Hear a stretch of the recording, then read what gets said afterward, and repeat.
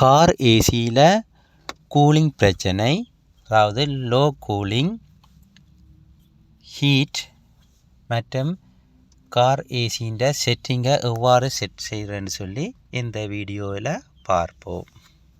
இப்போ நீங்கள் பார்க்குற இந்த சுவிட்சானது கார் ஏசியின் ஃபேன் கண்ட்ரோல் சுவிட்ச். இப்போ ஆஃபில் இருந்ததுன்னு சொன்னால் ஏசி வேலை செய்யாது. இப்போ லோ ஸ்பீட், முதலாவது ஸ்பீட், ரெண்டாவது ஸ்பீட், ஹை ஸ்பீட் ரெண்டு இருக்குது. இப்போ இதில் செலக்டர் சுவிட்சை செலக்ட் பண்ணி விட்டிங்கன்னா இப்போ கூலிங் வராது, காற்று மட்டும்தான் வரும். இதுக்கு என்ன காரணம் என்று பார்த்தால், இது ஏசியின் கம்ப்ரஸர் சுவிட்ச் செப்பரேட்டாக இருக்குது. அந்த ஏசியின் பட்டன் ஒன்று இருக்குது. அந்த பட்டனை நீங்கள் ப்ரெஸ் பண்ணும்போது அதில் க்ரீன் லைட் வேலை செய்தால் மட்டுமே உங்களுக்கு கம்ப்ரஸரை வேலை செய்து குளிர்ந்த காற்று உங்களுக்கு கிடைக்கும். ஏசி சுவிட்ச் ஆஃபில் இருந்ததுன்னு சொன்னால் உங்களுக்கு நார்மலாக காற்று மட்டும்தான் வரும். அதாவது உங்களோட வண்டியில் இருக்கிற ஹீட்டும் சேர்ந்து ஹீட் காற்று தான் வரும், உங்களுக்கு கூல் கிடைக்காது.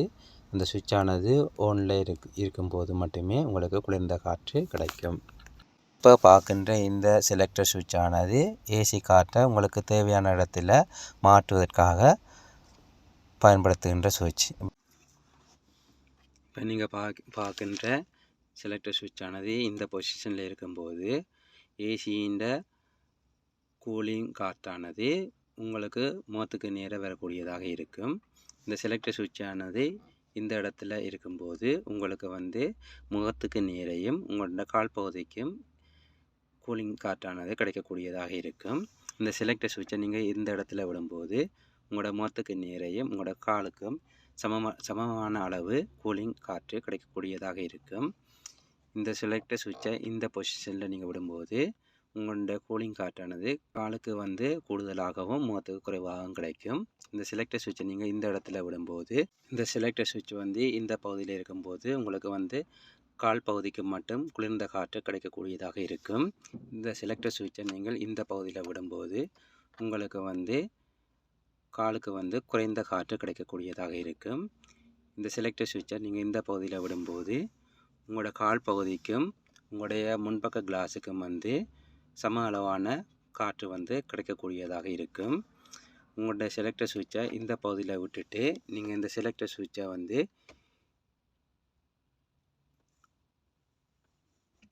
இதே போல் நீங்கள் மாற்றும்போது இந்த செலக்டர் சுவிட்சை பார்த்தீங்கன்னா தெரியும். இந்த செலக்டர் சுவிட்சை இதில் விட்டுட்டு இந்த பகுதியில் நீங்கள் மாற்றும்போது உங்களுக்கு அவுட் சைடில் இருக்கின்ற இயற்கை காற்றானது உங்களுக்கு கிடைக்கக்கூடியதாக இருக்கும். இந்த செலக்டர் சுவிட்சை நீங்கள் இந்த பகுதியில் நீங்கள் விடும்போது உங்களுடைய கிளாஸுக்கு மட்டும் காற்றானது கிடைக்கக்கூடியதாக இருக்கும். இப்போ இந்த செலக்டர் சுவிட்சை பற்றி நாங்கள் பார்த்தாச்சுது. சுவிட்சானது உங்கள் முகத்துக்கு காற்று கிடைக்கக்கூடிய பொசிஷனில் இருக்குது. இப்போ நாங்கள் ஏசியின் சுவிட்சை ஆன் செய்து பார்ப்போம். இப்போ பார்த்தீங்கன்னு சொன்னால் செலக்டர் சுவிட்சால் நாங்கள் ஆன் பண்ணிட்டோம். இப்போ காற்று மட்டும்தான் வரும். ஏசி சுவிட்ச் ஆஃபில் இருக்குது. இதே போல் உங்களோட ஏசி சுவிட்ச் ஆஃபில் இருந்தால் நீங்கள் இந்த செலக்டர் சுவிட்சால் செலக்டரை நீங்கள் தேர்ந்தெடுக்கும் போது உங்களுக்கு ஃபேன் மட்டும்தான் வேலை செய்யும், குளிர்ந்த காற்று உங்களுக்கு கிடைக்காது. அப்போ நீங்கள் என்ன செய்யணும்னு சொன்னால் உங்களுக்கு குளிர்ந்த காற்று கிடைக்கவில்லைன்னு சொன்னால் இந்த சுவிட்சை நீங்கள் அவதானித்து பார்க்க வேண்டும். இந்த சுவிட்ச் இப்போ ஆஃபில் இருக்குது. இதை நாங்கள் ஆன் பண்ணும்போது இதே போல் க்ரீன் லைட் வேலை செய்தால் கம்ப்ரஸர் வேலை செய்யும்.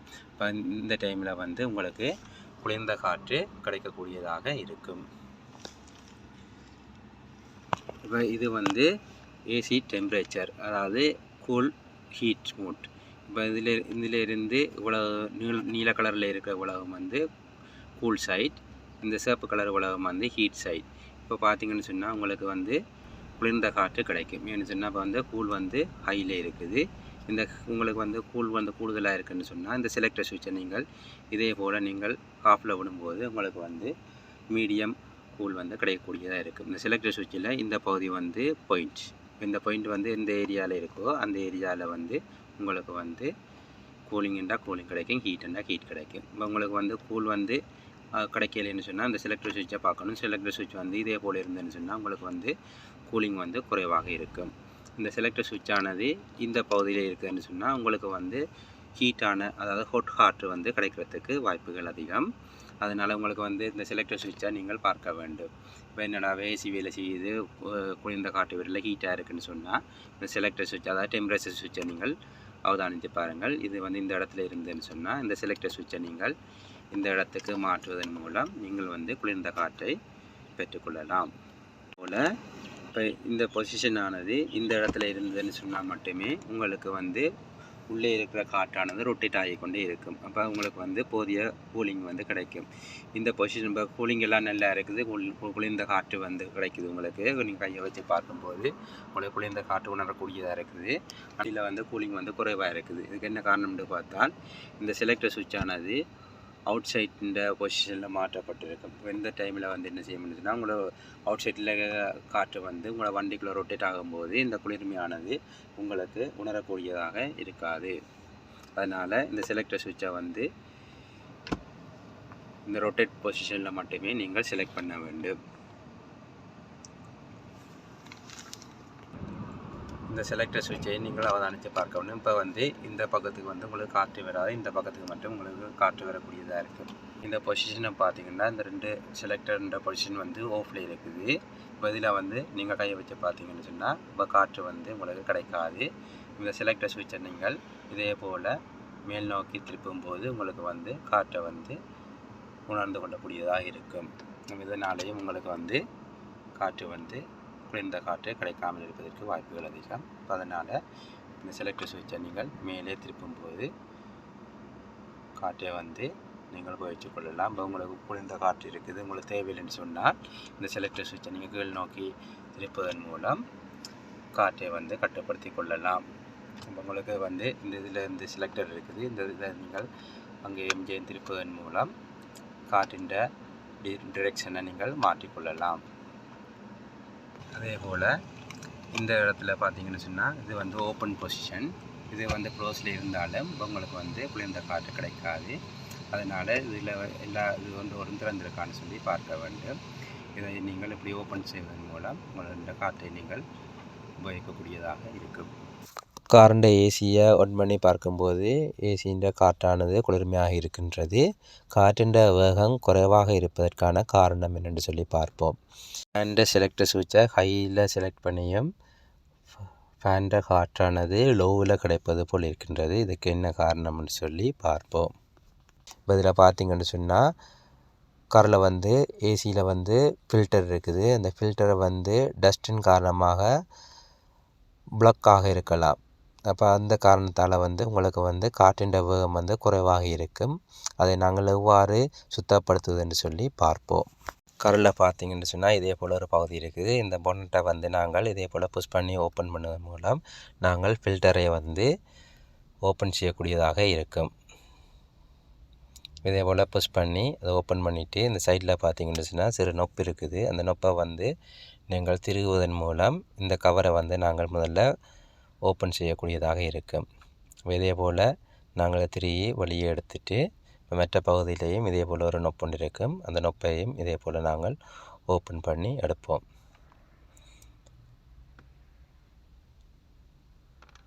இப்போ இந்த கவரை வந்து நாங்கள் அகற்றி கொள்ளுவோம். இப்போ நீங்கள் பார்க்குற இந்த பகுதி தான் ஏசியின் ப்ளோவர் ஃபேன் பகுதி. இதில் பார்த்தீங்கன்னு சொன்னால் ஃபில்டர் இருக்குது. இந்த ஃபில்டரை வந்து எவ்வாறு சுத்தப்படுத்துகிறேன்னு சொல்லி பார்ப்போம். இப்போ பார்க்குற இந்த பகுதி வந்து ஃபில்டருன்ற கவர் வந்து இந்த கவரை வந்து நாங்கள் முதல்ல அகற்றுவோம். இப்போ இது வந்து ஃபில்டர், டொயோட்டா வாகனம்னுடைய டொயோட்டான்ற ஒரிஜினல் ஃபில்டர். இந்த ஃபில்டரை நீங்கள் இதே போல் இழுத்து வெளியே எடுத்துக்கொள்ளுங்கள். நீங்கள் பார்க்குற இந்த பகுதி வந்து கார் ஏசின்ற ஏர் ஃபில்டர். இதை பார்த்தீங்கன்னு சொன்னால் கூடுதலான டஸ்ட் இருக்குது.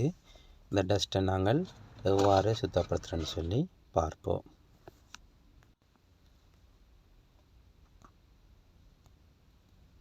இது வந்து ஏசியின் ப்ளோவர் ஃபேன்.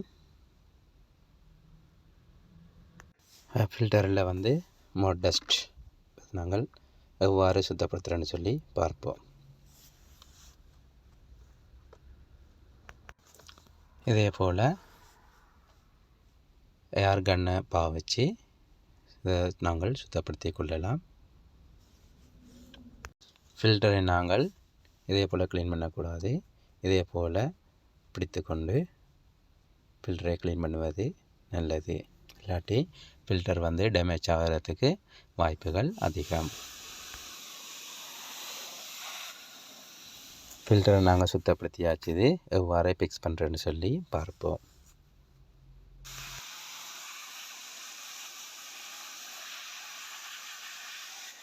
ஃபில்டருண்ட எழுத்து பகுதி இதே போல் முன்னோக்கி இருக்கும் வண்ணம் ஃபில்டரை நாங்கள் ஃபிக்ஸ் பண்ண வேண்டும். ஃபில்டருண்ட கவரில் பார்த்தீங்கன்னு சொன்னால் அப்பண்டு இருக்குது. இந்த அப்பண்ட பகுதி மேல் நோக்கி இருக்கும் வண்ணம் இதே போல் கவரை வச்சு நாங்கள் ஃபிக்ஸ் பண்ண வேண்டும்.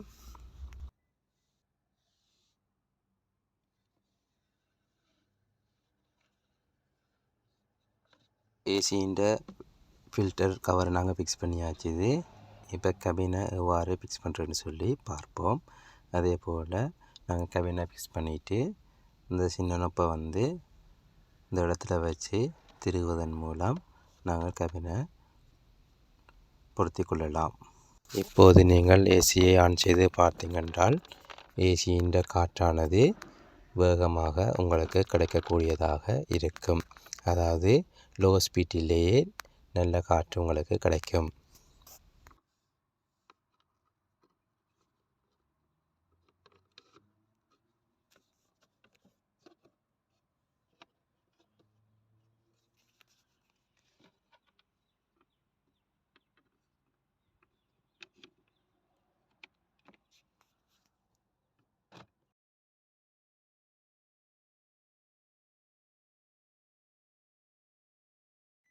இந்த டெம்பரேச்சரை ஹீட்டான காலங்களில் கூல் மூட்லையும் கூலான காலங்களில் ஹீட் மூட்லையும் மாற்றி பயன்படுத்துவதன் மூலம் எங்களுக்கு ஹீட்டையும் கூலையும் பயன்படுத்தி கொள்ளக்கூடியதாக இருக்கும்.